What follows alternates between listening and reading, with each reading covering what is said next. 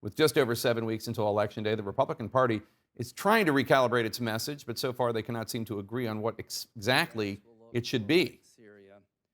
Joining us now from Pierre, South Dakota, is Republican Senator Mike Rounds. Senator Rounds, thanks so much for joining us. Let me start with immigration. Florida Governor Ron DeSantis flew planes of migrants from Texas to Martha's Vineyard this week without any warning to local officials. I get that the immigration system is a mess and has needed reform for decades, but these are people fleeing Marxism in Venezuela. Many were, they say, falsely told there would be jobs and housing waiting for them when they arrived in Massachusetts. Do you support what Abbott and DeSantis are doing?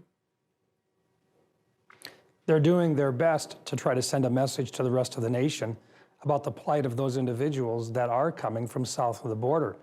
You're talking about 3.4 million people just since the start of this Biden administration that have crossed the border. And they're coming into southern states. What is a governor supposed to do? They're trying to send a message to the rest of the country that this is not acceptable and that their states can't handle that type of an inflow. That's the equivalent of 4 times the population of my state of South Dakota. But Jake, it's more than that. It's also everything else that's coming across the border at the same time.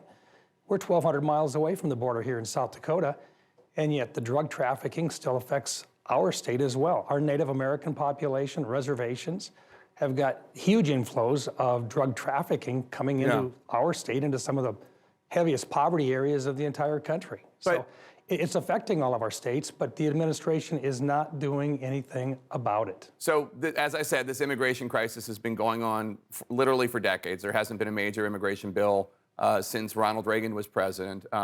But as you did not note, and I did earlier in the show, one of the buses sent by Texas Governor Greg Abbott dropped off about 50 migrants in front of the vice president's residence, including a 1-month-old baby.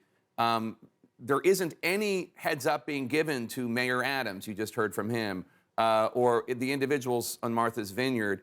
I get they're trying to send a message, they're trying to get the attention, but there also, isn't there a degree of trolling going on here? And do you really have no issue with using human beings, a 1-month-old baby, little kids, to make a political point like this? You have to put it in perspective of what's happening at the southern border right now. This is every single day, thousands of individuals coming across with babies. And they're coming into those states. Those governors are facing that not just at the terms of 50 of them, they're talking about hundreds of them, if not thousands per day. And so, yeah, I mean, do any of us like the situation that we're in? Absolutely not. As a matter of fact, I would suspect that the individuals in the southern states that are trying to find a way to get the attention of the administration would love to have other alternatives to them. It's been 606 days since Joe Biden took office, and this problem has done nothing except continue to develop. This is a national problem, and yet these governors along the southern borders are the ones that are faced with trying to address it. Right. And it's not just 50 of these individuals coming across, it's thousands, and it's on a daily basis. Right. Of course, the immigration laws in this country do allow people to come to this country to seek asylum. It seems to me that the larger solution that needs to happen here, and I don't know that you would disagree, is a comprehensive immigration bill that would include border security, and then, you know, perhaps in order for there to be a compromise, a pathway to citizenship for people who have been here for decades. In the more than 20 years I've been in this town, I've seen people like President George W. Bush and Senator Lindsey Graham and Senator Marco Rubio trying to get immigration reform done, working with Democrats. Every time they were defeated by House Republicans who wouldn't go along with any sort of compromise. Would you support restarting bipartisan negotiations to try to finally fix this broken immigration system? Those discussions are ongoing in the United States Senate. In fact, the last time that there was a hard push was in 2017. Myself and Senator Angus King co-sponsored the measure together on behalf of a bipartisan group. We got 54 votes in the Senate at that time, and that included addressing the folks that have been brought here through no fault of their own, the Dreamers. We addressed chain migration. We addressed a pathway to citizenship over an extended period of years. We thought we had a pretty good approach. Nothing has happened during this administration. Yes, would we like to step forward again and try an approach again? Absolutely. Do we have to address it? Yes. Do we have to have a border security? Before anything else can happen, we've got to be able to defend that border. We've got to be able to make a border that actually works. Otherwise, why should people pay any attention to the laws that we've got? And what good would it do to reform them if we're not going to enforce them? Let's turn to abortion, because this week your Republican colleague, Senator Lindsey Graham, introduced a bill that would ban abortion nationwide after 15 weeks. Do you support the bill? No, I think right now we should allow the states to explore the different possibilities about the appropriate way. Here in South Dakota, we have one which is what I actually signed into law when I was governor back in 2005, 2006.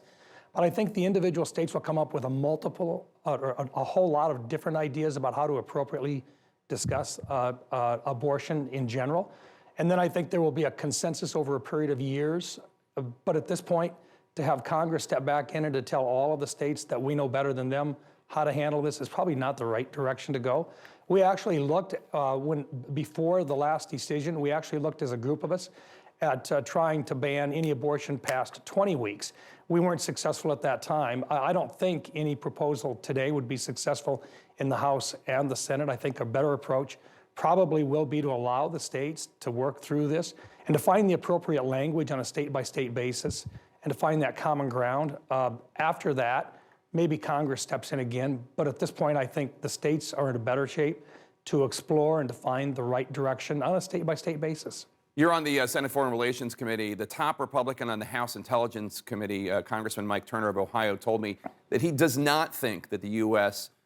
Should swap a convicted Russian arms dealer in exchange for jailed Americans in Russia, Paul Whelan and Brittany Griner. He thinks that Victor Bout is just too dangerous. Do you agree, or do you think the U.S. should be willing to make the swap? I'm on the Armed Services Committee, and I'm also on the Foreign Relations Committee. We have not had a classified discussion about what the impact would be. I know that this is up to the president to make up his mind and that we probably won't have a say in it. So I'm going to withhold judgment at this point. I don't mind being critical of the administration, but I don't want to be critical of the administration on their decision-making process without having all the facts in front of me.